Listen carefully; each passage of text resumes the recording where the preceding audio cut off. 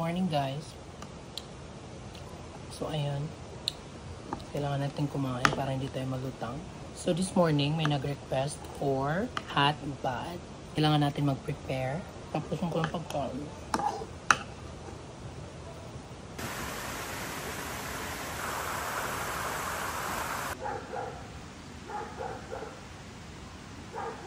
So ayun guys, kumuha na kami ng mga flowers.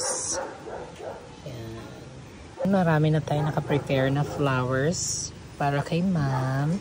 Si ma'am kasi mga best is our returning guest.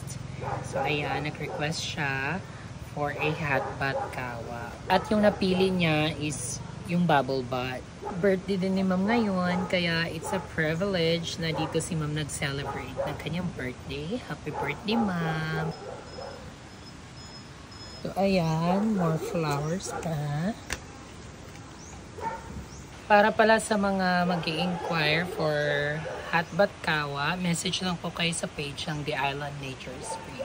At para na rin po sa mga magpapabook po ng aming mga staycation cabins, message lang din po kayo sa aming page, The Island Nature Spring. So ayan, ready na yung ating flowers petals for our hot bath kawa. Let's go! Hi ma'am! So ayan. Okay, lagay mo na kasi yung mineral.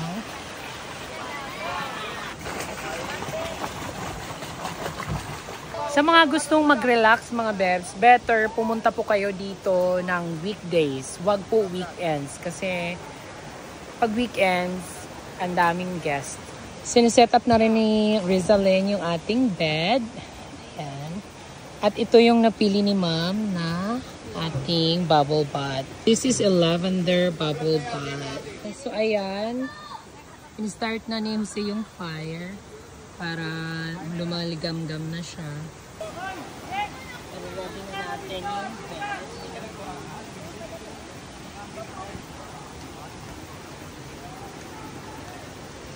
Pakuluan na pakuluan. Ay, ang ganda naman ni Mom. Very nanlalaban. Welcome to the Philippines, Ma'am. Ma'am, ito na po yung lavender bubble bath. Okay. Wow.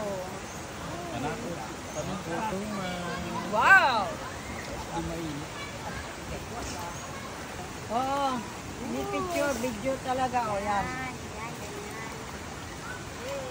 Sexy naman. Sakto na ba? Sakto na yung idea.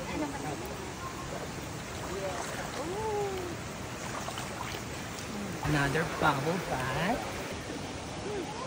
Yes! Ay, pa-free! Salamat! Ang daming free ah.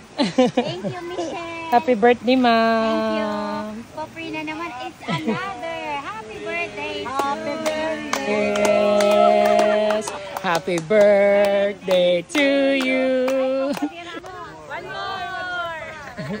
Thank you, Ma'am. Balik kayo ulit.